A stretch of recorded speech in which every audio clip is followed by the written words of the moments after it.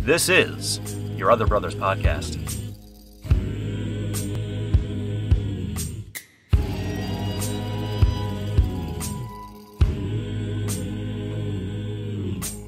Fear, you're not my lover, you're not my friend, you're not my brother. Oh, and no, there's no room here. There's a vacancy in my heart, but it ain't for fear. Welcome, friends, to Your Other Brothers Podcast, navigating faith, homosexuality, and masculinity together. From the Jewel of the Blue Ridge, my name is Tom, and I'm so glad you are here. Joining me today on our 2021 year-opening spectacular episode, it's from the other side of the state, the city of Oaks, our other brother, Ryan. What's up, Ryan? Hello, everyone. Happy New Year. Happy New Year. Happy New Year in mid-February. And if you didn't recognize that chuckle, from the Midwest, some would say the Mid-Best, the city of forts, it's our other brother, Jacob. What's up, Jacob? Hello. It is good to be here. It is good to be back. New year, new me, new us. Just good stuff. Yeah, you say new. That's like the key word for this whole introduction. There is so much new right now in the world of Yob. And I'm about to get to all of that. But first, we need to say what this episode is. What's happening? What's happening in this episode? Because you guys, we're talking about something we've never talked about on the podcast, which is a little daunting, but it also inspires something in me that it feels like, okay, yeah, we haven't talked about it yet. And now is the time. If ever there were a clear time to talk about it, now is the time to talk about it. We're talking about gender identity. And somebody just wrote a book about gender identity and the church. Dr. Preston Sprinkle. He is going to be on the show later today. And we're going to talk to him. And I am so excited. Are y'all excited? Yes, I'm so excited. Jacob is grinning from I can't wait. ear to ear. I can't wait. I have been feeling pumped and giddy about this episode for many days now. Been in the so works I'm ready. for a while. And he's written a new book and we've all read it. And so we're going to discuss it. And it's going to be, I just know it's going to be a fantastic conversation. So stay tuned, y'all. Finally, I get to talk to a doctor about my problems. I've talked to 17 doctors for the last year. I'm doctored out on that respect, but I see what you're saying and I share also in your eagerness. So stay tuned for that conversation. But first, before we get to that, y'all, it was probably 2 or 3 weeks after Christmas, after we recorded our Christmas spectacular with Nate, Jacob's brother, where I suddenly realized I completely forgot to implement what I had planned to be a Christmas tradition on the YOBcast. Do you guys remember what I did for y'all / with y'all last Christmas? Do you remember this? Yeah, you sent us gifts that we didn't want. What was that? No, just you. And by the way, Jake, I still owe you a dishwasher cleanse. I haven't loaded the dishwasher yet. My acts of service to you as my Christmas gift of 2019 that's it. Was to wash your dishes, and Oh my gosh. haven't had an opportunity to visit you in the last year. Bummer. Pandemic. Oh no. So I still My owe you dishes that. have been piling up ever since. But I gave Ryan words of affirmation on his hair. I remember doing that. And so, the love languages Christmas gift spectacular. It would have been so much fun with you guys to do that again. And then to have Nate on as well, to pick a random envelope and to get a love language centric gift from Tom. That would have, I spent a solid week in mourning that I forgot to do that I didn't even think about it. So I'm so sorry, you guys. Will you forgive me? No, I think Christmas has been ruined, and both of our joy birthdays is gone. Too. Yeah, Hope both is of our lost. birthdays Yeah. has passed. And I turned 30. Happy 30, 2 weeks ago. Ish. Thank you. And my dishes are still not clean. So it's been a sad, dark year. I'm so sorry. For only that reason. I'm so sorry. And happy belated birthday to Ryan. I told you guys happy birthday on your birthday, but the listeners are thinking that I forgot when I did not. Well, yeah. there isn't evidence of that. So, but anyway, I just didn't get any words of affirmation on my body during my birthday. You have to pick the right envelope. That's how these things work. In any case, happy belated Christmas, y'all. I'm sorry I don't have envelopes. The economy has been tough on all of us. That's what I have to fall back on. So it's just been I didn't have just the spare envelopes to cutbacks. Yeah. I get it. The postal service just isn't doing too well right now. No, not at all. So maybe 2021, maybe this is the year we get that tradition back on track. It's a lame tradition when it's only happened once in 2 years. So hopefully it can happen. I mean, it wouldn't be lame if you actually received the gift that you were promised. But when an entire year goes by and you haven't actually gotten what you were told you're going to get, then it's a little sad. Jacob, when I'm vaccinated and in remission, I am hopping on a plane to Fort Wayne to do your dishes. So woo! Stay tuned for that. Excellent. So yeah, that was my disclaimer. I needed to get that out of the way. Now that we're back, the show is back on the air. I needed to put that out there to you guys. But that's okay. Now that we got that out of the way, that is the key word for Yob right now, because our website, you guys, have you gone to our website lately? It's totally different. Big shout out to one of our authors, Daniel, who is our technical wizard. He does everything now for the back end of the site, keeping it running and making it look as good as it does. Like, he did a fantastic job working on this. So huge shout out to Daniel, who I know is listening right now. And if y'all are Yobbers out there who know him, who are friends with him, shoot him a message of thanks and congratulations and affirmations and all that, because he deserves it. It's been great. Our website, it's come more to my attention that our website is being more and more accessed by people on their phones, which someone like me who wants to just live in the old ways of doing things doesn't want to believe that. But I think 3 out of every 4 visits to our site basically is via mobile device. So one of the main motivations of doing the redesign for our website is to make it entirely more mobile friendly, which is already, as I've been clicking around and swirling and swiveling and all the things you can do on the website, like, I'm definitely noticing it's way more. Swirling? Yes, just roll with it. Swiveling? It came out of my mouth and I had to keep going. But yeah, I'm just so grateful and I'm so enthusiastic. There was a bit of a break, a bit of a longer break than I expected. I wasn't expecting the YOBcast to go dark for basically 2 months, but rest assured, all of those hours that would have normally gone into a podcast were going into a website. And I'm just super excited to see where our community goes from here, because we've also launched a secret Discord, which I'll talk about later. Big shout out to the gamer boys out there, and non-gamer boys too, alike. So a lot of new stuff with Yob. If you haven't been to our website in a while, check it out, yourotherbrothers.com, and you can catch up on all the newness. So you guys, this is where Tom gets emotional, because over the holidays, it was special. Like the holiday itself, Christmas Day, was the most bizarre, different Christmas of my life, because I didn't spend it with family. I was staying here in Asheville for a myriad reasons, and was honestly feeling a little down. But then, like, I think it was 8:30 or 9 in the morning, I got a notification that someone called the Yob line and left a message, and I was like, oh, that's sweet. And someone was wishing me a Merry Christmas, and I was like, wow, that's so special. One of our listeners, one of our supporters, decided to take 30 seconds out of their Christmas morning to call me. Like, how special was that? And then it happened again, like 20 minutes later. And I was like, wow, another person decided to call me. And then little did I know, I was on a journey, you guys, because for the next 18 hours, like all day long, Christmas, like, I don't know how they did this, if it was strategically planned this way or what, but it was pretty much fairly consistent. Like every 30 minutes, every 45 minutes, another message. Our dear Yobbers wishing me a Merry Christmas, and just so grateful that Yob exists and that they're part of this community. Like, by the end of the night, I was just like, no more, stop. I can't take it anymore. No more. I think in all, it was about 25 or 26 voicemails. Whoa. I lost track. Oh my goodness. Yeah, it was so many. And I say all that to say, we're going to play all of them right now. No, we're not going to play all of them, but I'm going to play one of them, which I thought was extremely special, and you'll hear why when you listen to it. So let's cut to that message right now. Hey, Tom, this is Nathan. And this is Eli. We were just calling to wish you a Merry Christmas and a Happy New Year. We hope that you're feeling all of the love from your other brothers this Christmas. But this call wouldn't be possible without our beloved sponsor. That's right, Eli.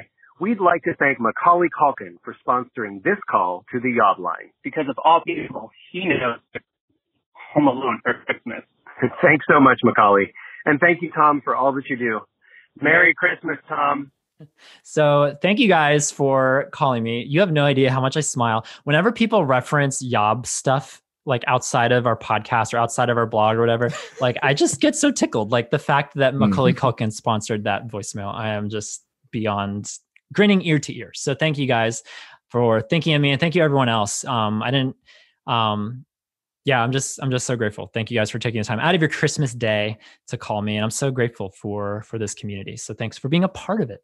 And then we got another voicemail over the holidays. So thrilled that we got so many voicemails over the holidays. And this comes from our good old West Coast. We have a rising West Coast contingent here in Yob World. So let's go to the West Coast and listen to this one. Hey, this is Brendan, and I am currently road tripping down the West Coast. And to kill my time, I have been binge listening to all of the Yobalogs that have been released. So I just wanted to thank you, Tom, for all the effort and the work that you put into creating those. Because you have been keeping me company as I drive down the 5. So yeah, just keep up the good work. Thank you so much, brother, for that call. The Yobalog. The Yobalog took like a long winter hibernation. It was gone for a while, and I had so many people asking me, where is it? Is it gone? Is it just dead? Are you sick of doing the bonus stuff? And I was like, no. But for a while, things just got so busy. We planned a digital retreat. We were rebuilding a website, and something had to go. I had to like cut something out of my life for. I thought it was only 3 weeks. You know how in your head you think like it's only been a couple of weeks since you last worked out or whatever, and it's been like, oh gosh, it's been 6 months since I last did something healthy. Anyone relate? But we had about 2 months of buildup of Yobalog content, and so I took it upon myself while we had a YOBcast break. I was like, I don't care if it kills me. I'm going to get all of this bonus content sifted out and put out. And so for all the binging that you did on the voicemail, there are new episodes since that call came in. 4 brand new Yobalogs. If you haven't checked out the Patreon feed in a while, for all of our patrons on Patreon, we put out 4 Yobalogs over the holidays, over the January. So plenty of bonus content out there. And I'm so glad because Jacob and Ryan, you're heavily featured on those episodes. And like we would have missed so much. Like we would have missed Jacob's rant against my underwear. That wouldn't have made it onto, no one would have ever heard that. I'm assuming. Translation, Tom edits out a lot of us. Jacob, I'm assuming at this point you burned your 6-pack of Warriors and Scholars. I can't imagine you're still wearing it after your diatribe against. Yeah, no, I have them still because I'm not one who likes to I'm not one who likes to throw out clothing for just because I don't like them. You could be one of those people who gives it to Goodwill. If you guys ever feel weird when you go to Goodwill and you see underwear and it's like, no, I didn't. Yeah, that's not a thing. But I will keep them in the off chance that every other pair that I own becomes dirty and it's like the last resort. Like I have to wear these because they're the only thing we all need emergency underwear. That's legitimate. That's good to have. But then real quick, so we had underwear corner with Jacob, and then something else on the Yobalog. You guys were almost a year to the date. It was last Valentine's Day. Happy Valentine's Day, my bros. It was last Valentine's Day, you guys. I don't know if you remember this. I'm sure you do. How could you forget that? I announced it on the Yobalog. I met Stephen Curtis Chapman on Valentine's Day, and you can listen to the whole story on the Yobalog. Just go back to Valentine's Day last year. You cannot use that verb. Does not apply in what happened to you. Do we know it was Stephen Curtis Chapman? Nope. I took an over-the-shoulder picture to prove it. So there it is. You're a creepy stalker. You met no one. So the end. I say all that. I hope that tempts anyone listening who's not in on the action. If that appeals to you whatsoever, head over to patreon.com/yourotherbros and $5 a month. You can listen to the Yobalog. We would love to have you aboard in our community. As of now, there's a new private. This is so fancy, you guys. A new private RSS feed for the Yobalog. So all the information is available on our Patreon to subscribe to our private feed, and you can listen to every episode as we shoot to now put them out on a monthly basis. Y'all continue to reach out to me if 5 weeks goes by and there's not a new YOBcast, because I will not let what happened over the last 2 months happen again. You have no idea how long it took to sift through all those files, but I'm so glad I did. I felt so relieved. So like my palate was cleansed. Like, okay, all of these clips have now seen the light of day as they were meant to, and now we can move on with new content. So I'm going to try to stick to that monthly rhythm for the YOBcast. And as I hinted at earlier, so many new things happening in Yob. We have a new private Discord server. And prior to our digital retreat in December, I had no idea what Discord was. I knew gamers used it. I was like, but we're not gamers. Why would we have a Discord? Patreon's had this capability to connect to Discord for a couple of years now. And I've just never clicked that button because I'm like, we have enough on our plate. We have a Facebook group. I'm running a podcast. We have videos. We do blogs. So there's just a lot to keep up with. But we did the Discord experience over the digital retreat. And I got to say, I was just in love with the organization, just how easy it is to keep up with things and separate things to where they belong. So much more of a seamless experience than Facebook groups. Sorry, Facebook. I know there's a lot of love for Facebook in this trio here. So we've launched this new Discord and we would love to have you aboard. If you're already a Yobber, you're welcome to come on over. Shoot me a message if you'd like access. If you want to join in the fun, if you're an anti-Facebook person for one reason or another. Like me. Like Ryan's active on the Discord. So come on over. We would love to have you. Some really great things. There is for a while there, and it keeps coming back. There's a lot of Star Trek talk that keeps coming back. I don't know why. We have a lot of Trekkies in our midst. So shout out to the Trekkies. I've done my part, done my best to steer the conversation to Gilmore Girls. That is where I've tried to take it. And it's succeeded once. So I'm trying to get it back to Gilmore Girls at some point, which another plug for the YOBcast. I talk about Gilmore Girls on the YOBcast, so you can check that out. If there's any Rory fans out there, please get in touch with me.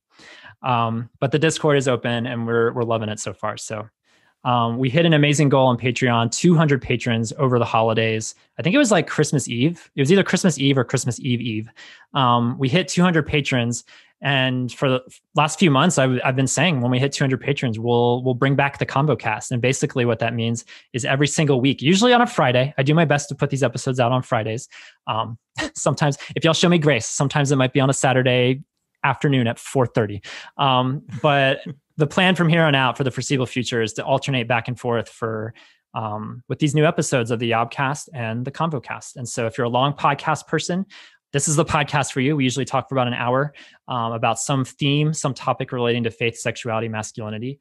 And if you're more of a short podcast person, these 20-minute episodes of the YOBcast will be one-on-one conversations with me and members of our community, members outside of our community, but who are loving what we're doing and supporting what we're doing.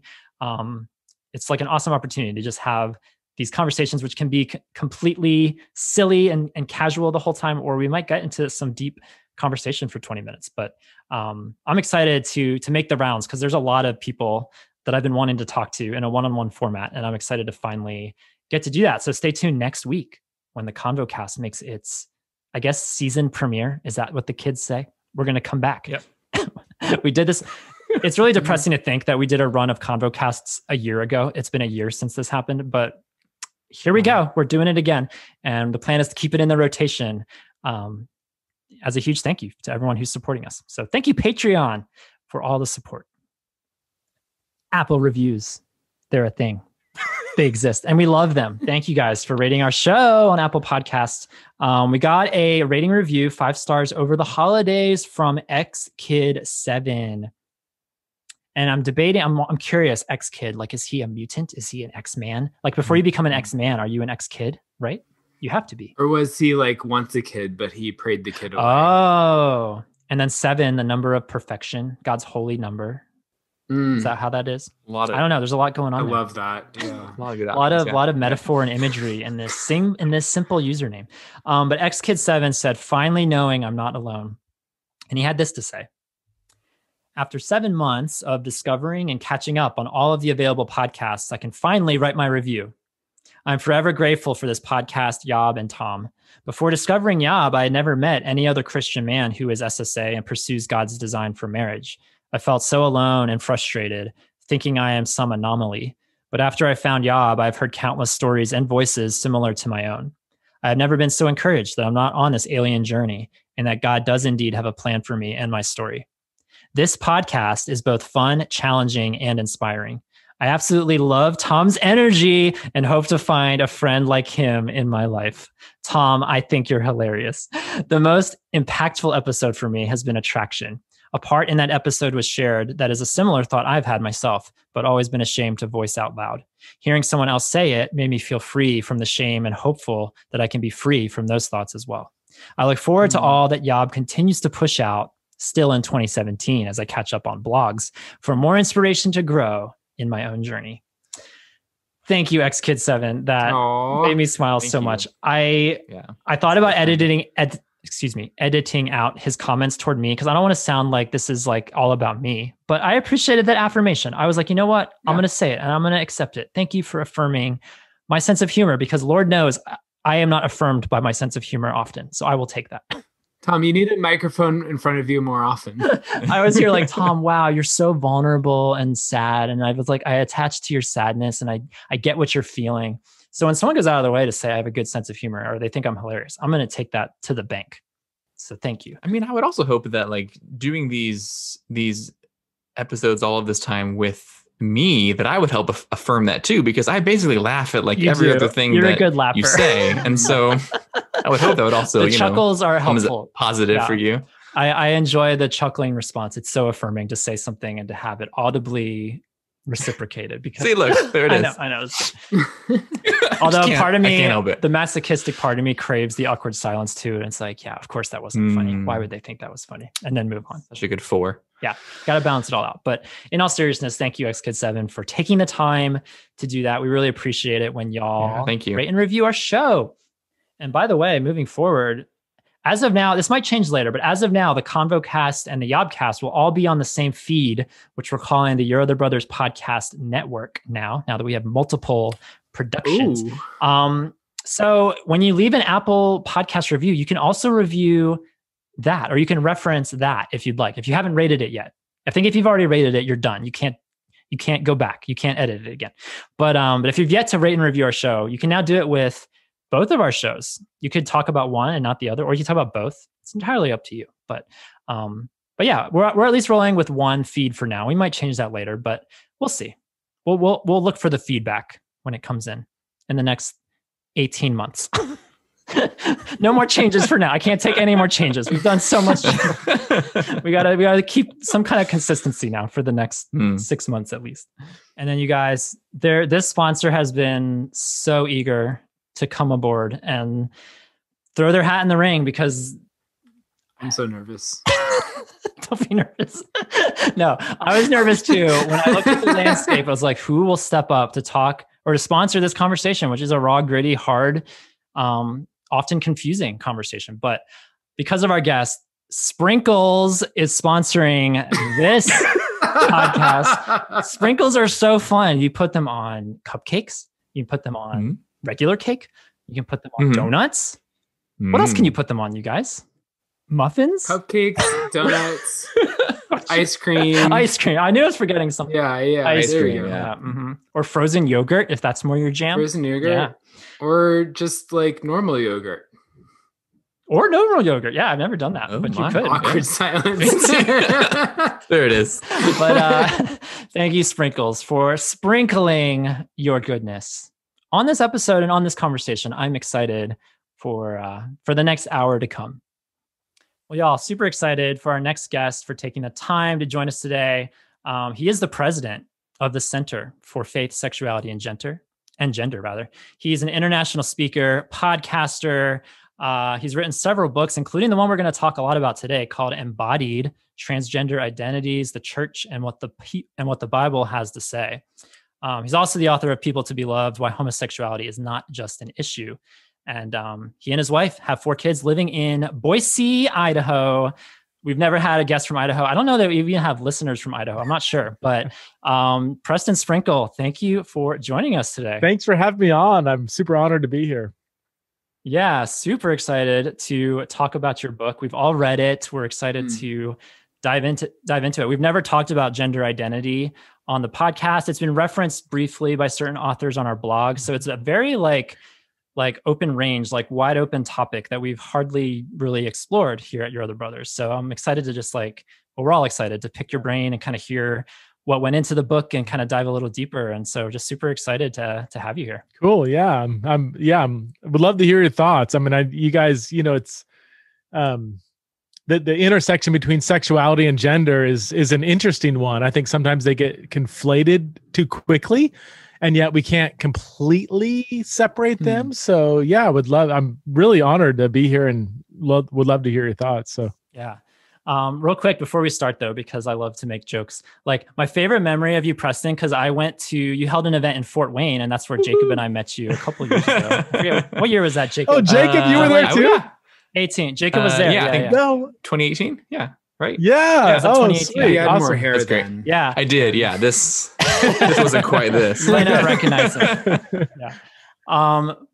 And it was a fantastic conference. I loved it. Super awesome, super encouraging to meet the people, to hear what you had to say. But like, for whatever reason, the thing that I remember from that event was you used this app. I forget what it's called, like Slick or Slack or Slade or something like that. Slido. Yeah. Slido. Okay. I was trying to remember, what is that app called? Whatever it's called. But it's like a really cool thing because people in real time can like submit questions, and then other people attending that event can vote on the question that they want to hear you talk about. And it goes and it's like on the big board, and you can see the questions changing positions like every 5 seconds. And like, and you talked about some deep, question, like things that people want questions about. But like, I remember the one that far and away got the most likes was, is your name really Preston Sprinkles? And not Sprinkle. Yes, Preston Sprinkles. Sprinkle. Yeah, of course.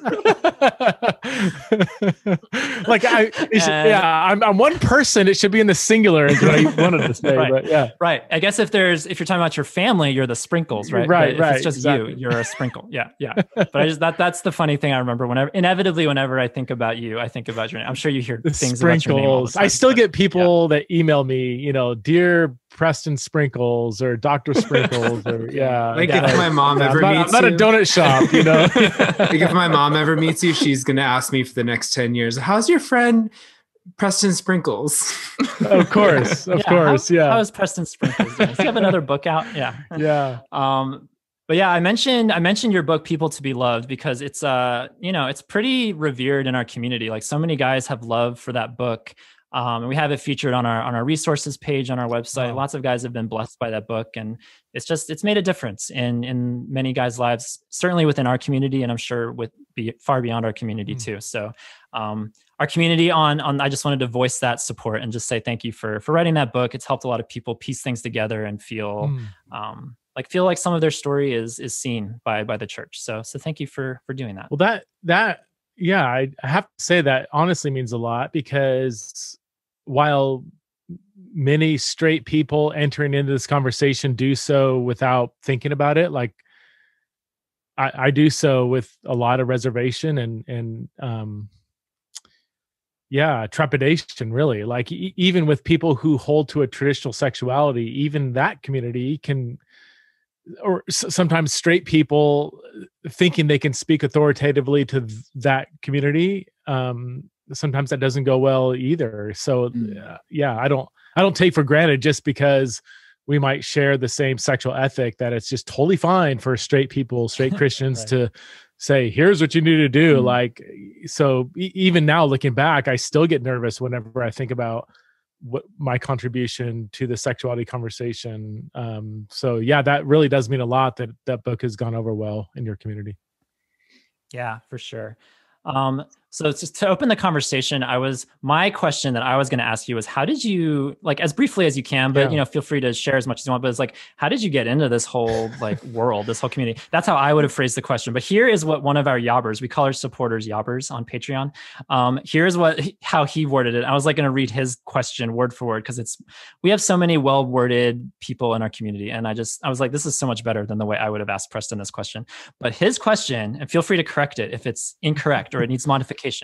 His question was, what life event or influences pulled you toward anthropology and theology? Similarly, what caused the shift from Pauline soteriology in your dissertation to human sexuality? Do you see these two as connected? Unbelievable. So, is that accurate? No. So this questioner might actually be familiar with my more academic interest early on. Yes, that's how it sounds. So I spent 10 years researching Pauline soteriology on an academic level. That's halfway through seminary in the early 2000s, all the way through maybe about 2013. That was my focus. Wow. And about 8 people know about that, excluding my wife and my mother. Wow. We have a very well-read audience. Yes. I'm still lingering. Yeah, that's amazing.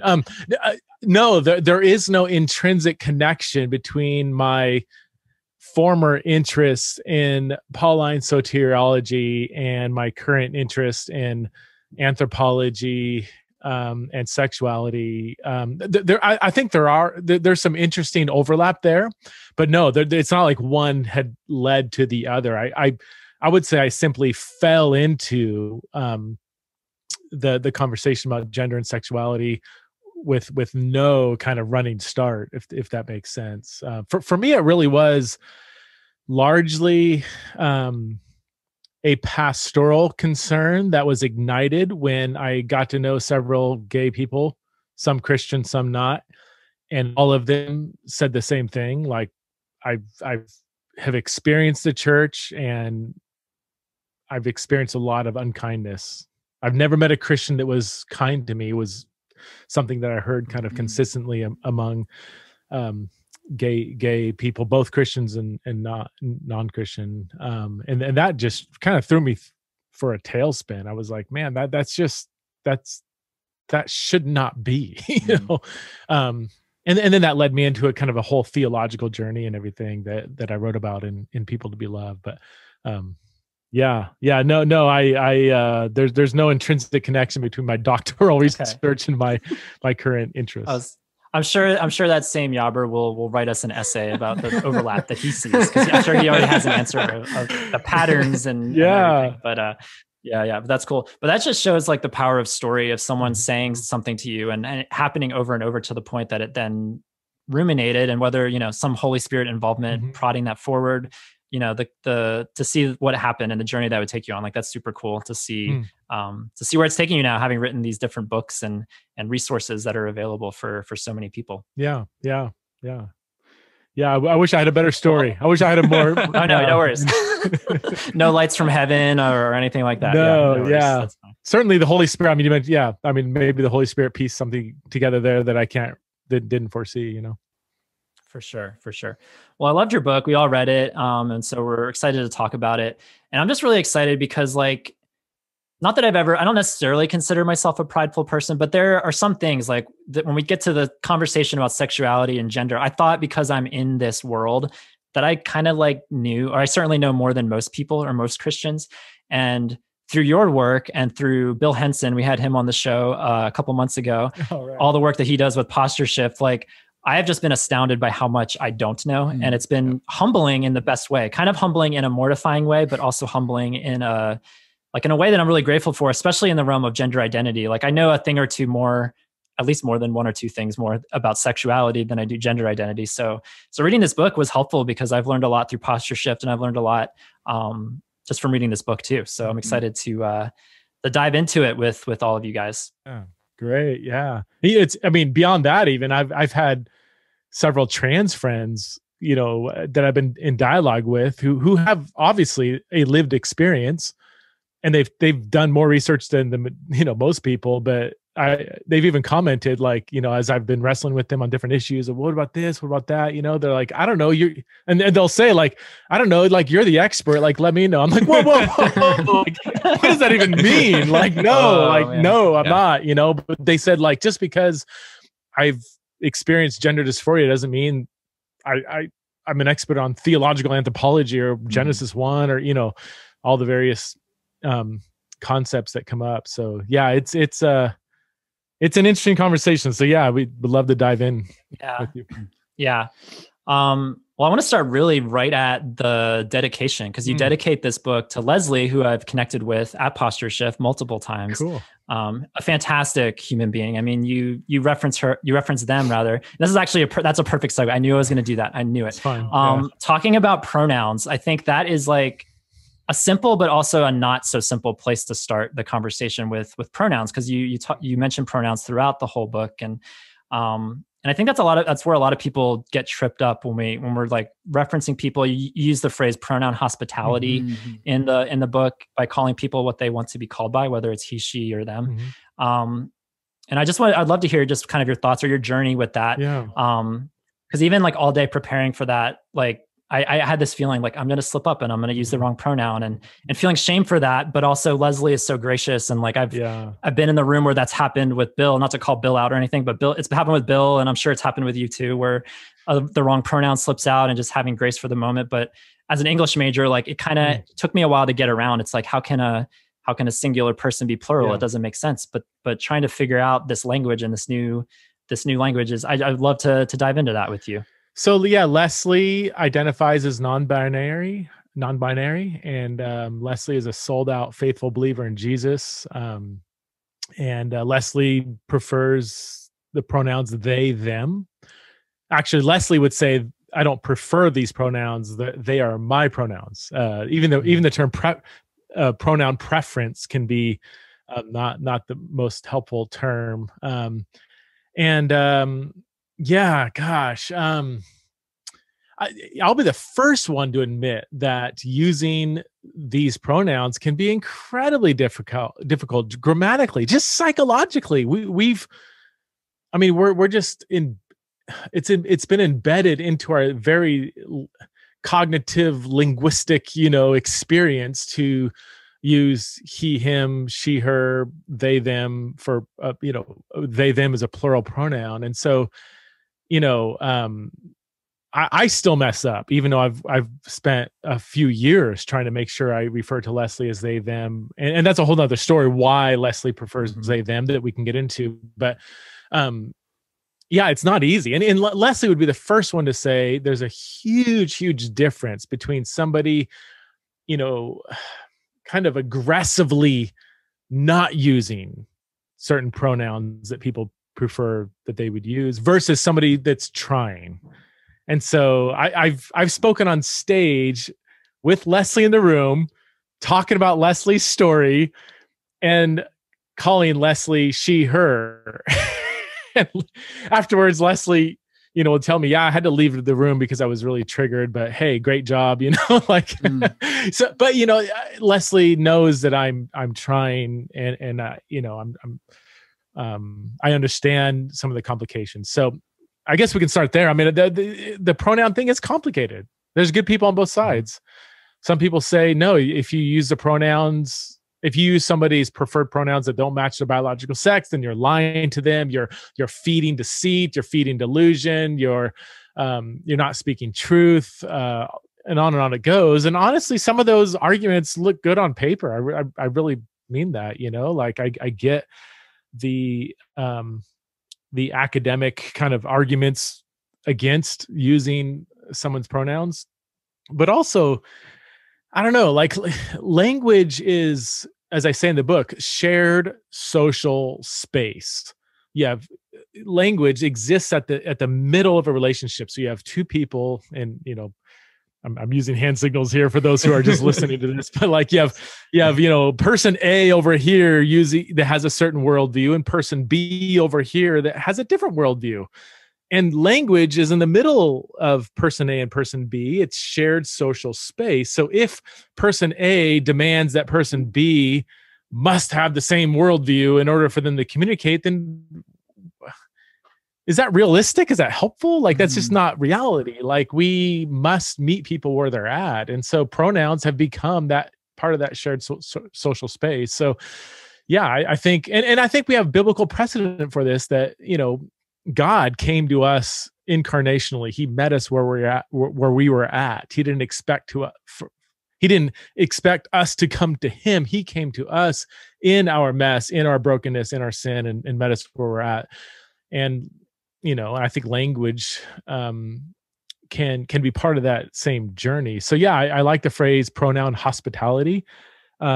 Whether I agree with somebody's worldview or not is kind of secondary, really.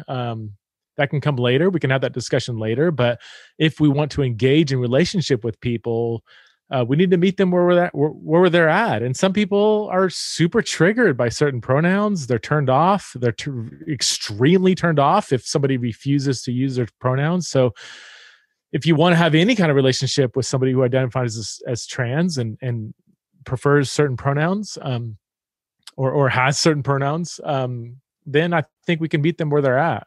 In order to enter relationship with them. So yeah, it's complicated. There's good people on both sides, man, but I do side with the pronoun hospitality view. I love how you frame it as hospitality too. It makes me think of, if I'm going to have a friend over for dinner who eats kosher, like I'm not going to sit there and agonize over, what is me cooking kosher for them gonna imply about my reading of Leviticus and whether those laws are still valid or not. Like, no, I'm just going to not cook pork. Like, it's a matter of hospitality. Like, I'm not making these grand claims about theology in the universe in this moment of hospitality. Like, this is just me connecting with someone. That's a great analogy. I've not thought of that. That's actually a very close analogy. That's great. Ryan. Score. Yeah. I remember, and I remember Bill Henson at one of my first couple posture shifts. He was like, sometimes Christians think they're being so clever too, when someone who like wants to be referred to a pronoun that we're not accustomed to, or that trips us up. Like, sometimes Christians think they're so clever to then be like, well, I'm just not going to use any pronouns. I'm just going to keep repeating their name over and over again, and they won't notice. But he was like, they won't no, notice. they'll notice. They'll notice it right away. Like, you just keep calling Leslie, Leslie's going to notice that after 30 seconds. It's like, so it's like any Christians out there, because I know I used to actually think that too. I was like, I wonder if there's a workaround to like not even have to use pronouns. But like that's like so much work, and it's not kind either. So there are times when you can use the name instead of a pronoun. But yeah, if that's all you do, that gets really over and over, awkward, right? And you're shining a spotlight on the fact that you keep using their name over and over. So, yeah, right. It's just not natural conversation. So recently, I had heard some mixed thoughts about whether we should or shouldn't ask people what their preferred pronouns are. Do you have thoughts about, like, as you've talked to folks, is that kind of asking, like, seen as a sign of generosity and like reaching out, or is it not felt like somebody that has already publicly identified as trans, or somebody that I don't know. Yeah, I in my limited experience, if somebody feels pretty strongly about their pronouns, they typically will tell you up front. If you have to ask, I don't know. Like, just thinking out loud here. Is that cool? Yeah, it's kind of like, don't write this down in cement or something. But like, if you meet somebody who publicly identifies as trans, maybe they have revealed that to you, maybe you know that, because you heard about it or something and it's public. I think it would be fine. I think it'd be fine to ask what are their pronouns. So Leslie says that the way to word the question is what are your pronouns is the best way to say it. So I try to follow that. I mean, if you say what pronouns do you prefer, I doubt people would get angry at you. Sure. Most people don't mind the term prefer anyway, but I also know some trans people, or even like in the detransition community that used to identify as trans no longer do. They're actually almost annoyed at the whole pronoun conversation. That's where it gets tricky. So if you meet somebody, for instance, that might say, I suffer from gender dysphoria. And if you say, hey, what are your pronouns? I mean, if this person, they might have gone through kind of an ideological shift where the whole pronoun thing is kind of a turnoff. Sure. So that's where I'm a little nervous, like just hey, what are your pronouns? Like assuming that this is a big deal for them. For some it is, for some it isn't, for some it's somewhere between, you know? So yeah, I would typically probably let them reveal to me what their pronouns are if that's an issue that they, but don't just take that with a grain of salt really for now. It's super reminiscent. I mean, language is everywhere, but it's like super reminiscent of the whole gay versus SSA label, because those labels can set off certain people. I've always been one that's like ambivalent in the middle, like call me whatever you want. I honestly don't care, but like, but that's not everyone. And I've had to learn that not everyone is nonchalant about it. And you have to just, at the end of the day, you just have to learn people's stories and where they're at and where they came from. That's kind of the 101 of all of this, but it can be a journey. That's a great word. Learn their individual story, because there is no one size fits all to that. Yeah, that's good. Yeah. What you wrote and other people's writing too has gotten me thinking about how complex pronouns really are in terms of like the linguistics and what they actually mean and what we use them for. I was thinking about how my body is an it, but my body and my person is a he. And, my body bears the biological sex and my person is somewhere beyond that. Also, God is not biologically sexed in his totality. And yet he seems to be reveal himself in scripture as he, him. And that's a whole different conversation of how our modern English Bible arrives at he, him for God, right? But it has gotten me thinking about how, like, this is actually more complicated than, that person has XY chromosomes, so therefore he is the right pronoun. So that's another. You're like the analogy Yoda right now, man. That is fascinating that God does not have a biological sex, and yet consistently in scripture he's revealed as he, him. Even though he has female imagery, of a mother and a mother hen in Psalm 91 and so on, but like as far as like an actual identity, he is father, he is he, him, but that doesn't refer to his biological sex. It is his, dare I say, his social status.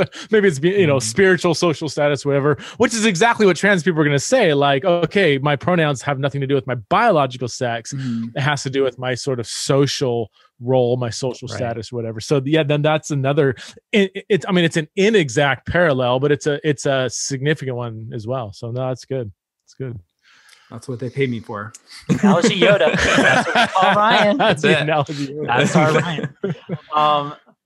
Ryan. To wrap up the pronoun part of our conversation, I don't experience gender dysphoria, but I've been open in my writing and on this podcast that there have been so many times throughout my life that I don't necessarily feel like a woman, but I definitely feel less of a man. And there's definitely like a less, like if other people are capital H, capital E, maybe I'm little h, little e, as like some sort of other third option, not non-binary, but as kind of this other category. And so I understand on some conceptual level, I think I'll never understand firsthand, just like no one else here will understand that firsthand. But that's kind of my like launching point into trying to figure this whole thing out of people who don't feel like their gender matches their sex and then what to do with that. Like I can start to kind of get there when I start to realize how, when I compare myself to other men, falling short or feeling like I don't measure up, and starting from there. And so maybe anyone listening, if that's more of your struggle, maybe that can be a starting point for you too. Mm-hmm. I love that, man. I mean, that's don't you have in your branding, like, not just sexuality, but also masculinity, masculinity. Yeah. And I think that's super helpful. I mean, there's a good number of people who would say that many trans identified biological males are simply feminine gay men is how they would, again, thinking of like the kind of some of the detransitioners that maybe went through a trans identity and looked back and said, I was just a gay man who didn't match up to a masculine stereotype that my culture has defined for me, and so obviously a psychological component to this that, gender dysphoria is kind of a significant reality for a number of people. But yeah, I think these gender stereotypes definitely play a role in the conversation. For sure. Gender dysphoria. So I wanted to go there because I've heard this term for a while. Some of our listeners might be familiar with it. Some may not be. So I'd love to hear just like your journey with that phrase, that word, and how it's received in the trans community as well. And then something that was just really revelatory for me. There were a couple of things from the book that were just like, whoa, I didn't know that. But like basically when you're talking about gender dysphoria, like sometimes people who identify as trans don't experience gender dysphoria, which I was like, wait, is that true? So I'd love to get more clarification. I mean, you explained it in the book, but for our listeners, could you go into that and just talk about gender dysphoria in general? That's great. Yeah. So I'm not a psychologist, so I'm speaking secondhand here, having read lots of studies and followed the conversation. So I don't experience gender dysphoria, obviously, and I'm not a scientific specialist in this area. I'm speaking from the so-called armchair, but yeah, so in the Diagnostic and Statistical Manual of Mental Disorders, the kind of like guide for psychiatrists for evaluating certain mental health conditions, up until 2013, it was called gender identity disorder, was the phrase psychiatrists and psychologists would use to diagnose somebody who experiences some kind of severe incongruence between their internal sense of who they are and their biological sex. In the 5th edition of the DSM, they changed the term from gender identity disorder, which sounds, like a disorder, right? Like something's wrong. Harsh. Yeah, a little harsh. They changed it to gender dysphoria. And there was a lot of ideological conversations that surrounded that shift. Some people said, we've changed this term not based on any new scientific data, but simply because of ideological changes in our culture. And we're scientists. We shouldn't do that. And anyway, the big kind of, a lot of dust was kicked up over that. But gender dysphoria simply describes the level of distress that somebody might feel based on the incongruence that they experience. But they've eliminated this whole idea of it being kind of a problem, like something is wrong with you. And yet, in order for somebody to get a surgery paid for, they need to be diagnosed with a medical condition. So it's kind of this catch-22. Like it's still this label still needs to be in the DSM, but they've wanted to remove all stigma around it. So, and when it comes to sexuality and gender discussions in the scientific community, it's just loaded with ideological commitments, and most honest people recognize that. So it's kind of a big mess.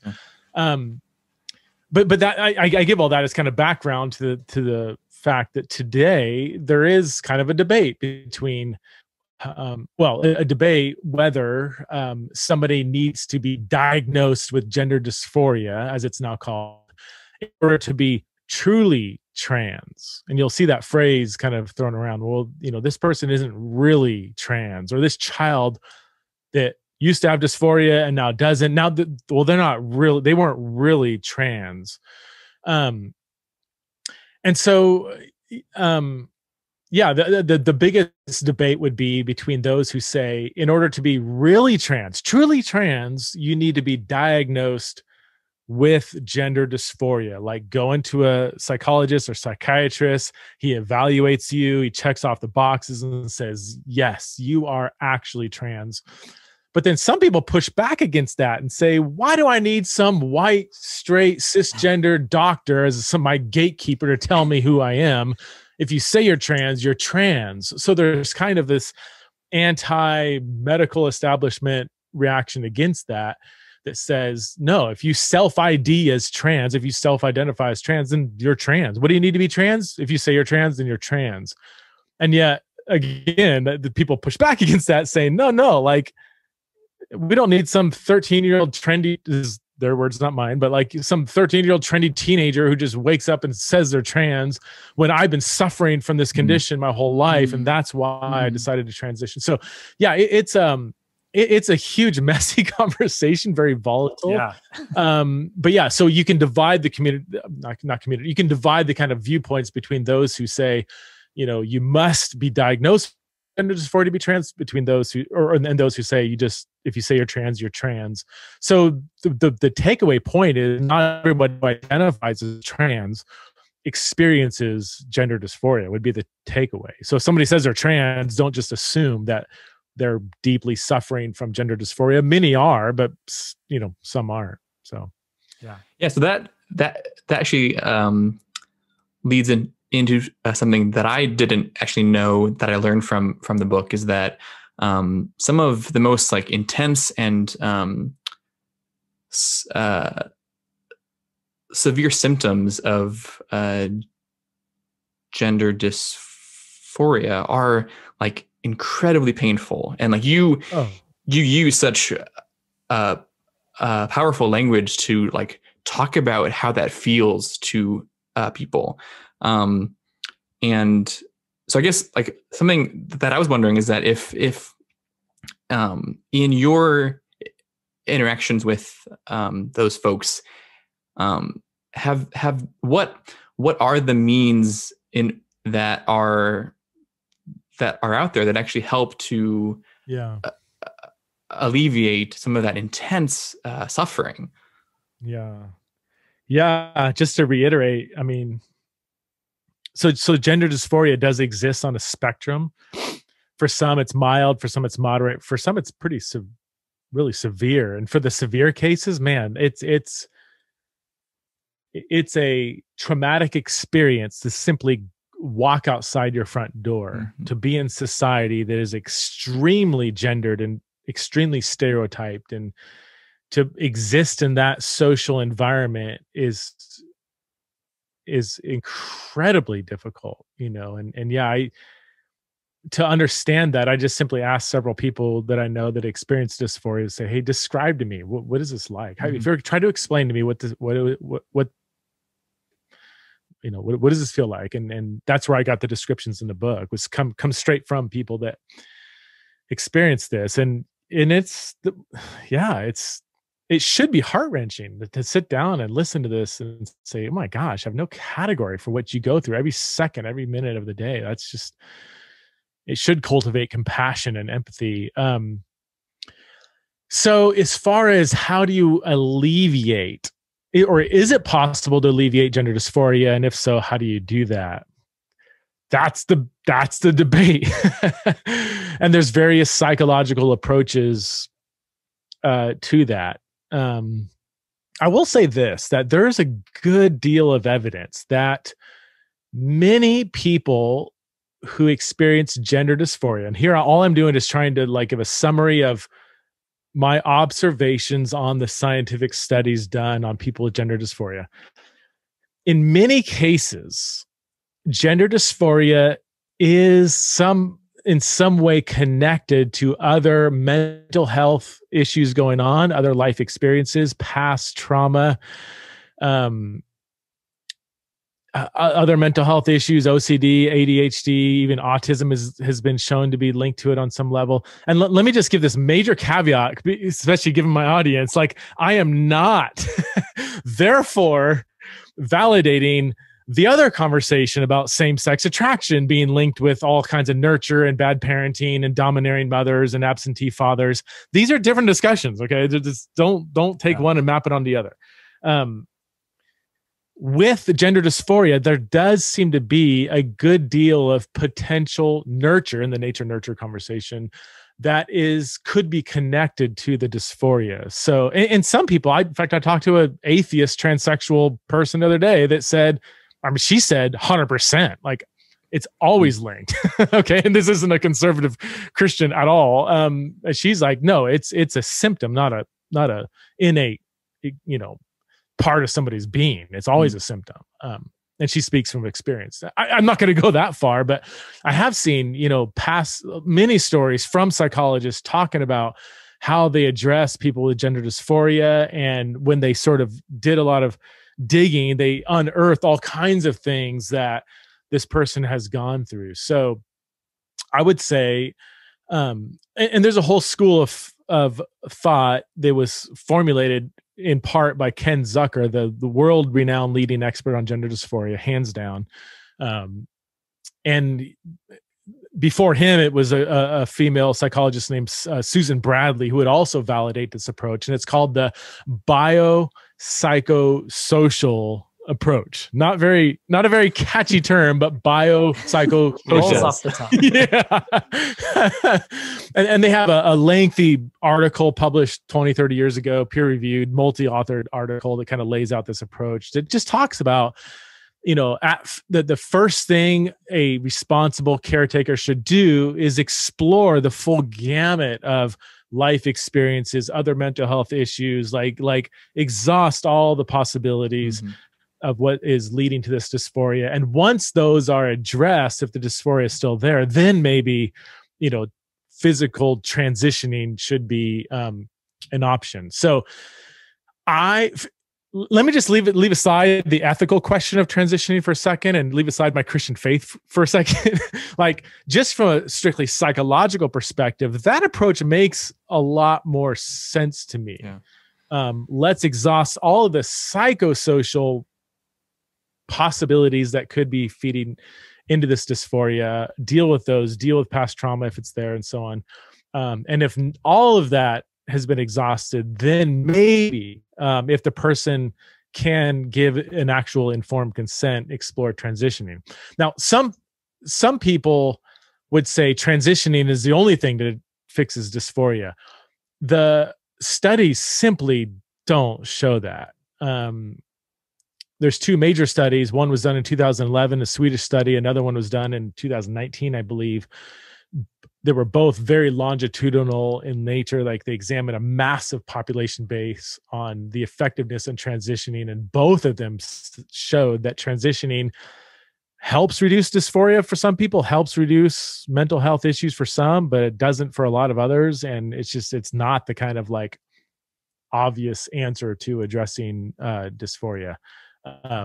Now, personally, I've got ethical and even philosophical questions about transitioning that need to be raised, but simply from a practical standpoint, I don't think that's the quick and easy answer. But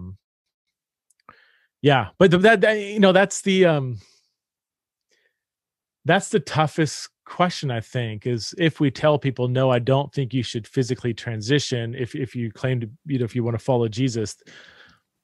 And the person says, well, what do I do? Yeah. For sure. Right.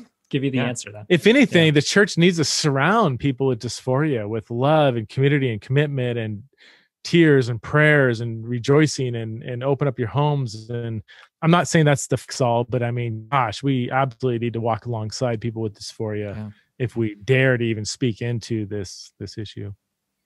For sure. Yeah. Ryan, did you have a question on that before we switch gears? Just a thought, I guess. I'm not prepared to say much about the ethics of transitioning, but I have friends who've transitioned, and I mean, I don't think they're saying or thinking that it was going to be like a silver bullet. Like, I think they saw a long, hard journey ahead of them, and so I want to recognize that part of their story too. Yeah, and look, I've got a few friends that transition and then detransition, and all of them would say, this is my journey, didn't quite work, but I'm not going to make a categorical statement for everybody. I've got at least one Christian friend that transitioned and is very happy they did, and is very much pursuing Jesus in that identity. And so, I as a spectator looking on from the outside, I just want to acknowledge a lot of ignorance on my part on this too. And yeah, I'm still trying to figure it out. I can analyze the ethics and philosophy of it all, and I feel like I've done that in the book. But in terms of just the lived experience, I'm like, man, I'm still learning. You know? And I really appreciate that question of, so what do I do? I think that's the question that our churches really need to be figuring out an answer to. As a gay Christian living in this side B world, I am so over people coming at me with apologetics of, here's how we can be sure that we're right. I need to know, how am I going to thrive in the church and not just survive? You don't like church splaining? You don't like that? Right. Yeah. Church splaining. What a great phrase. Yeah. The only thing, again, I don't have this experience, but again, I'm trying to find a way to start to bridge that in my own personal ways to connect with people like who experience this. I remember in middle school, I had horrible acne, like gushing, bloody, red, splotchy, like all over my face. And there was a solid year or two of my life where I showered in the dark because I didn't want to look at myself in the mirror. I could not stand the sight of my face in the mirror because it just bummed me out. Like I didn't want to see that. And so conceptually in my head though, like I always figured this isn't forever. Like eventually this is going to go away. It might last longer than I want it to. But like the concept then of looking in the mirror and seeing whether it's your chest or your hips or your genitals or what have you, knowing it's not going anywhere unless you surgically do something about it. Like that to me is where I start to build some connection in my head of empathy and trying to put myself in that position because I don't know what that's like. But I remember what it was like to hate looking at myself. I can at least start there. And I think, again, if people are looking for bridges to try to figure this out and connect with something that's so foreign to you, like maybe that's a place that other people can start as well. Yeah, absolutely. And you know, I mean, this is a debate, but everything's debated in this conversation. But, you know, gender dysphoria could be seen as a subset of body dysmorphia, you know, or even you'll hear people that have gender dysphoria describe their kind of traumatic experience going through puberty. And I know about 80% of females that go through puberty that had a near, you know, like, yeah, getting your period for the first time absolutely sucks. And I hated getting breasts and I hated giving men grope me up and down with their eyes and the attention, just like it was truly traumatic, you know? And while that might be different than gender dysphoria, there is a similarity of just feeling very uncomfortable in your body on a general level. Yeah. People who struggle with eating disorders or even obesity or other things might go through the same thing. Or gosh, people that are very short or very tall, you know, I mean, there is a commonality of the human experience of trying to live in our bodies. Yeah. And there's so much about our bodies that are given to us that we don't choose for ourselves. I mean, can you imagine going through life 7'2" or 4'9" as a male? Like that would be, there'd be a lot of challenges there, you know? So yeah, I think and we haven't gotten into the stereotypes, but a lot of people just simply don't match up to gender stereotypes. They could be gay, straight, bi, masculine, feminine, or you know, or male or female. And they don't resonate with these stereotypes, and those can be pretty oppressive. So, yeah, I think the church should get creative and explore different ways in which people can truly connect on some level with people who, you know, experience gender dysphoria. For sure.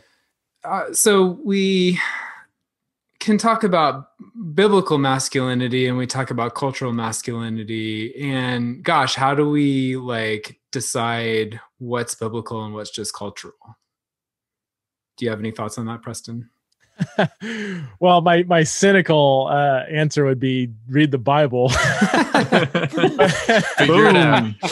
So I would say, and I said this in the book, you guys probably remember it, you know, that most of our assumptions about what it is to be masculine or feminine come from culture, not the Bible. Mm-hmm. Like the Bible doesn't form our views of masculinity and femininity. I mean, you've got, like, as I give in the book, you know, I mean, King David, who, you know, great warrior, you know, but he also wrote poetry, was an artist, you know, played a harp, and he cried a lot. Like the dude cried a lot.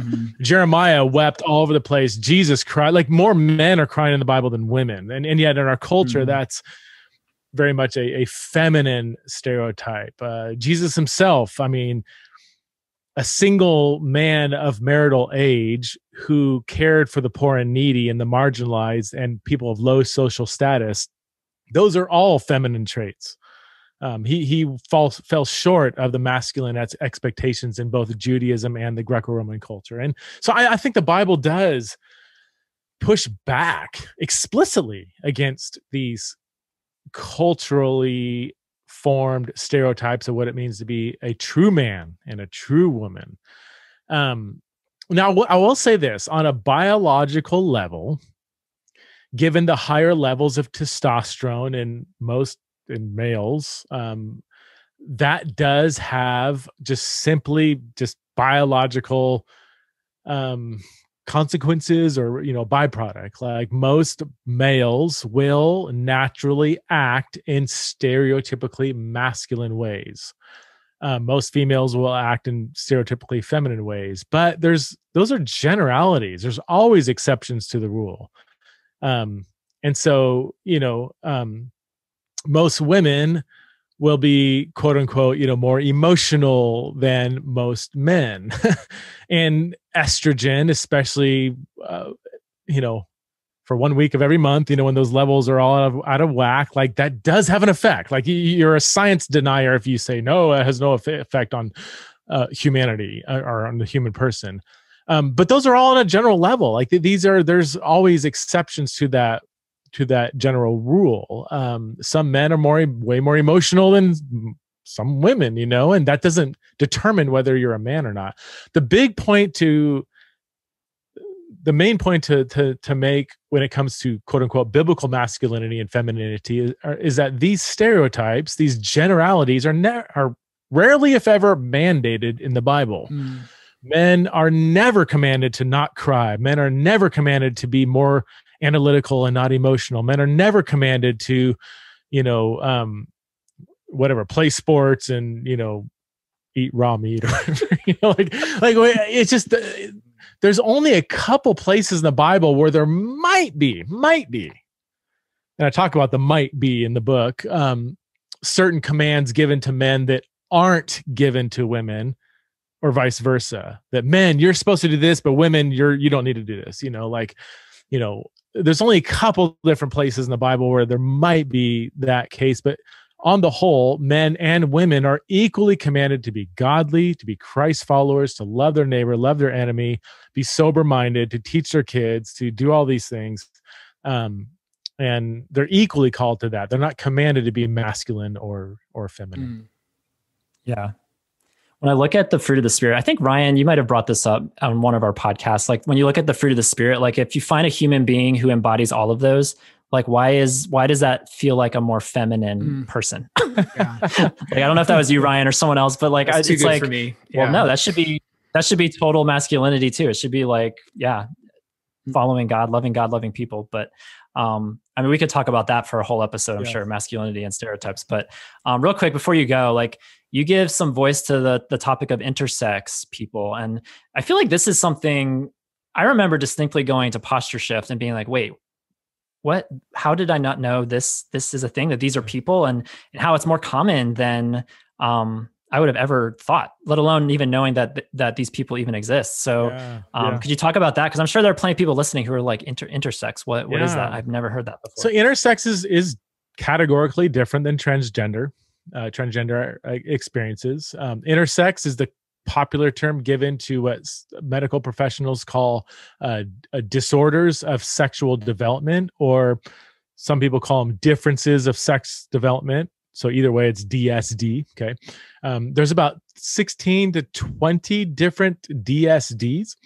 And the result of a disorder of sex development is some kind of atypical feature in your biological sex and or your sex chromosomes.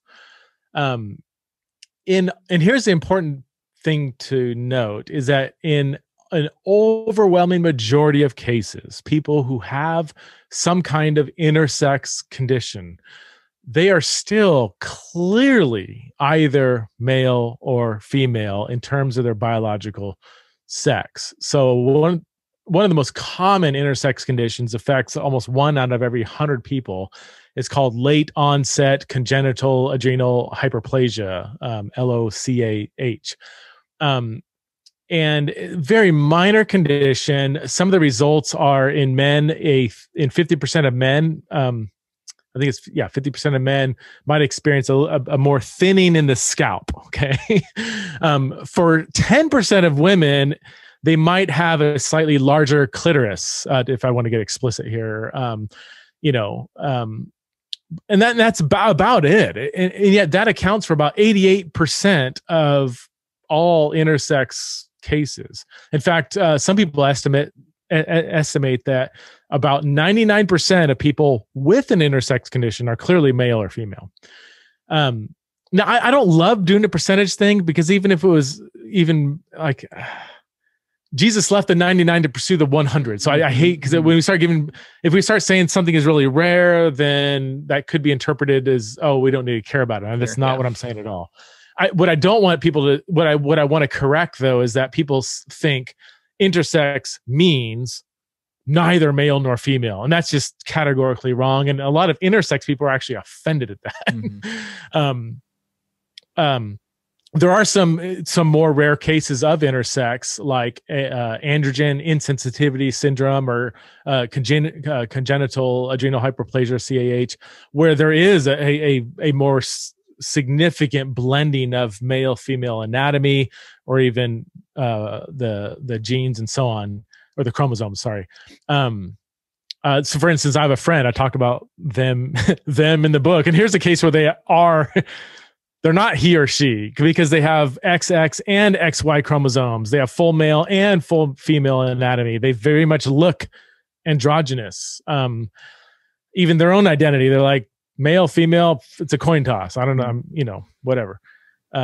Which makes it pretty traumatic when you get flagged going through the airports and people start looking at each other like, who's going to pat this person down? And they're too offended, or they're too embarrassed to ask, what are you? And they're like, I'm both. You can both pat me down, because it's not going to matter. You're going to find each of you are going to find something, So I guess the takeaway point though, the reason why I have a whole chapter on intersex in the book, is that sometimes people say, because of intersex, therefore transgender is the shorthand way of, and it's like, well, what does that even mean? These are two very different experiences. Intersex is a biological identifiable condition. We know what causes these conditions. We can look at it. We can, transgender is a much more broad category that has to do with some kind of incongruence between the body and the mind.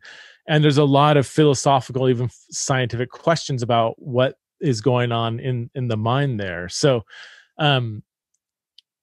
the simple existence of intersex persons should not, I want to be super careful with my wording here, should not be taken to immediately validate certain perspectives on a transgender experience. Maybe that would be the best way to phrase it. I think we should look at these two as different experiences. Yeah. And again, I'm getting this from actual intersex people that say, why do I keep being used in some pawn in your ideological game? They're not punchlines in an argument. Exactly. And it happens from and that happens both on the right and the left. Usually conservatives will say, it's so rare, why even talk about this, as if rarity isn't related to value, and then people on the left typically say, well, because intersex, therefore a biological man is actually a woman. It's like, well, wait a minute, you've leaped over several things there that need to be kind of discussed. Yeah. And one other piece that you mentioned that I thought was really great, and I actually needed to hear it, is when you talked about how important it is for us to be very careful when we talk about things being a result of the fall, and you talk about about intersex with those kind of thoughts, because I would have pretty easily said like, yeah, it is, but then like not having thought really critically like about like, what does that mean, and like what are the different implications that I'm then drawing out of that, because I hear that a lot with like folks in our community of like our sexual attraction to people of the the same sex are a result of the fall. And because of that, everything that I feel towards any other man is completely sinful and just like worthless and should be killed. And that isn't true, and that isn't helpful. And so I would also imagine that intersex people also like, as you said in the book, they can then feel like their entire existence, their whole personhood is a result of the fall, and there isn't anything good about how they were made. And that is heartbreaking. Yeah, for sure. Yeah, I to be honest, I had several early readers that really kicked my ass on that one because I hope I can say that because I had the kind of default intersex is the fall, and maybe it is. I wasn't there, but like just that flippant assumption assumes a lot. And it blurs a lot of lines together. So for somebody who's same-sex attracted, like, so does your godly, intimate affection for another man, is that fall? Like, where's that line? And that's something us straight people, like, it's taken some of us still don't get it, but most of us still don't get it. But like, you can speak for all straight people. Go for it. We have these neat compartments where we like to separate everything. And it's like, golly, like if a gay man has a deep, intimate longing to be with another man, is that sinful? Like, right. No. Well, the answer is no. Okay, let's just But like, where does the line between intimacy and sexual attraction? That line is super blurry, And also, like, what about, I don't know, I can go on and on, but like, even with intersex, as I said earlier, some of these conditions are so minor that, again, just to get explicit, like, how long does your clitoris have to be before it's the result of the fall? No, but I think we need to say it like that, like, because like, oh yeah, that's kind of ridiculous, or how your thinning scalp and your cells, like, are all my cells in order? How many of my cells are part of the fall or part, it's like, it's just, it gets to be super complicated to where we can say, okay, let's just take a break and say, created in God's image. I don't have it all worked out. God can use this atypical experience in a way to further the kingdom, and I think that's where our focus needs to be. Amen. Awesome. Ryan, did you have a closing question for our guest? Sure. And this could kind of tie a bow on the whole conversation, maybe. And as I was thinking about this conversation, I was struggling to articulate this question, so I wrote it down. So I apologize for reading it off a sheet of paper. As a celibate gay Christian, I've often been frustrated or disappointed by the kind of just love them rhetoric around LGBT people's involvement in the church. It's often too abstract, and it feels like people sort of easily wiggle out of like real sacrifices and real change and real blood, sweat, and tears that God is calling them to. I don't need a birthday text. I need you to break down the walls of the nuclear family and cast down the idol of marriage. That's what it means to love me. I don't need a quick hug on Sunday morning. I need you to learn that my love language is physical touch, and I need you, straight man, to learn how to speak it to me. And that's what it means to love me. And so as we talk about kind of the how much of our calling is to love trans people and people who are in this sort of outside of gender identity and gender experience, like, what's that next step would you see beyond just love them? Like, in your view, do you even see any like walls or idols that we need to be casting down in our churches? First of all, that's a beautiful question. The way you worded that is spot on. It's easy to hide behind kind of Christianese rhetoric without filling in the content of what that rhetoric is supposed to do. And I wholeheartedly agree that to say like, good for you, celibate gay Christian. Well, I'll see you on the other side. It's like, if we're not becoming the family of God, then our sexual ethic is profoundly inadequate. And the same goes for gender dysphoric Christians. I think the biggest one would probably be the stereotypes. We cannot say you're wrestling with gender dysphoria. Great. We love you. In fact, you should come to our women's retreat where we're going to do a bunch of like knitting and sewing and talking about our feelings. And, it's like, we when we promote and sanitize cultural stereotypes, we exacerbate somebody's struggle with their gender identity. We exacerbate it. In fact, we actually turn off a lot of other people that are like, right, not really feeling super feminine today, I don't have gender dysphoria, but I'd rather go eat some ribs and play basketball than, go knit or paint pottery or something or whatever. And if you love pottery painting, that's awesome or whatever. Just don't make that the essence of femininity, So yeah, I think the church, I've heard a lot of people say this, that the church is the worst when it comes to these gender stereotypes. So yeah, I think that's, I think if we start tearing down those assumptions, that can go a long way. And then just walking with people and listening and being willing to understand the conversation, like when I hear people say, LGBT people, they just need to repent from their sin. I'm like, okay, I kind of get what you're trying to say with LGB, although there's a whole lot of questions there, but like, what does repentance look like for a trans person? We're not even talking about sexuality anymore. We're talking about somebody who could simply be suffering from an unwanted psychological condition. What about, are you going to say the same thing for somebody who is clinically depressed? They just need to repent. Like, what does repentance look like for them?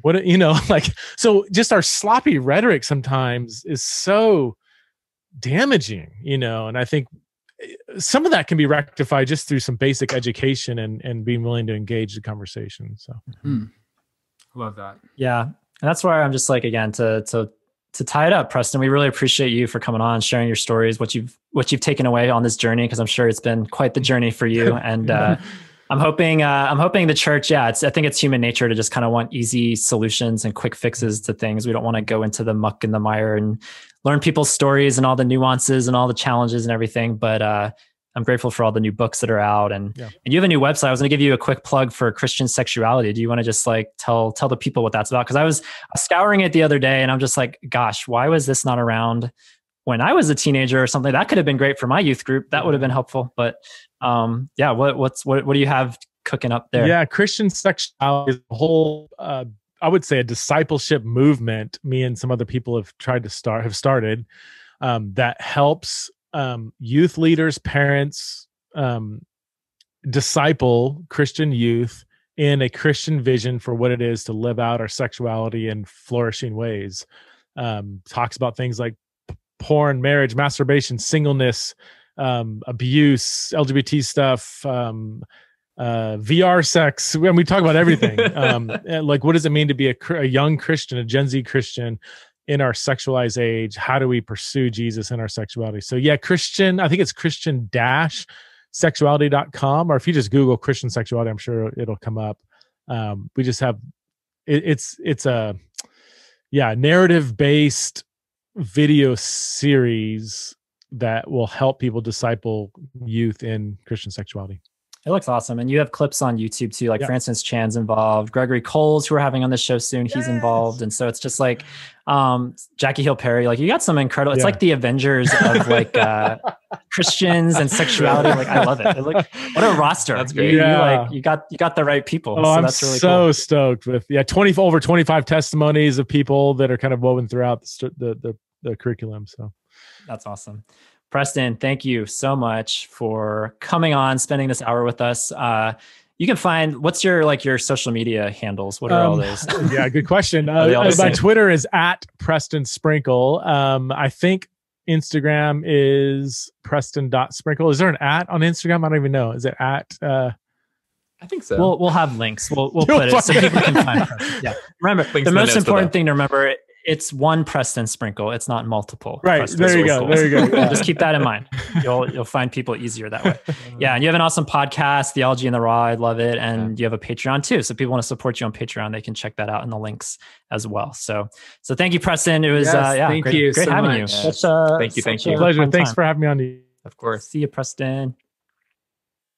Okay, well, I think that was an excellent what I hope is part 1 out of 8. So a really good start to just it felt like we both covered a lot, and yet we still have a long ways left to go. But he's just such an awesome, he was so great, awesome person, and I could listen to him talk about things for hours and hours. Yeah, about his Pauline. Oh my goodness, I said it Pauline. I also Pauline was how he said. I also just want to say to that whoever that Yobber is that you made me from the very beginning say I'm actually not qualified to ask him any questions because Right. mine are all childish compared to that. So he should be here and I should be not here.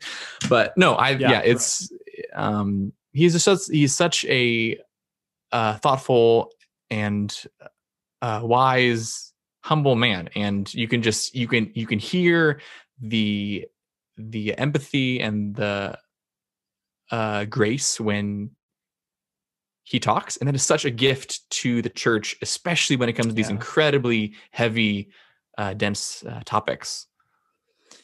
Yeah, word. Thanks again to Preston for joining us for this hour.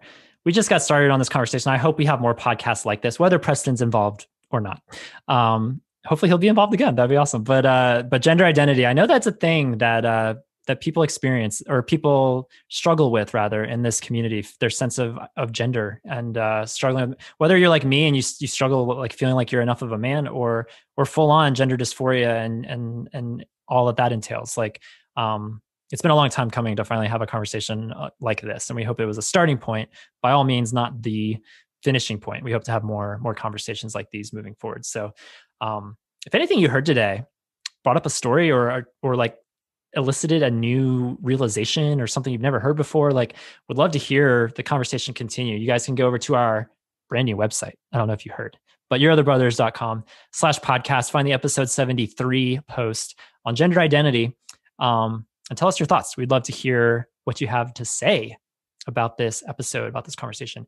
And huge thanks to Sprinkles for, not the man, because his name is Sprinkle, but thanks to Sprinkles for truly sprinkling goodness all over this conversation. It was, honestly, I mean, I don't want to sound like a broken record, guys, but one of my favorite episodes. Just going to say that. We've done 73 of these. Time. It's up there. It's going to be hard to beat. It's going to be hard to beat, ... Let's see who our next guest is on our next episode. We'll see. So yeah, thank you guys for all the support. Much love to all of you as we get into our new podcast rhythm. Stay tuned next week for our first ConvoCast in a year. Who's it going to be? Who's going to appear, you guys? It's somebody, spoiler alert, somebody you have never heard before. So let that sink in. Let the cliffhanger continue. We'll be right back with that next week. So for all your other brothers, my name is Tom. This is Ryan. This is Jacob. Reminding you that you are not alone. Even the sparrow finds a home. See you next time, everybody. Bye, everyone. Bye. Thanks for listening to Your Other Brothers podcast. Our show is edited and produced by Thomas Mark Zuniga. Theme music is Fear Is Not My Lover by Nathan Rousseau. We'd love to hear your story.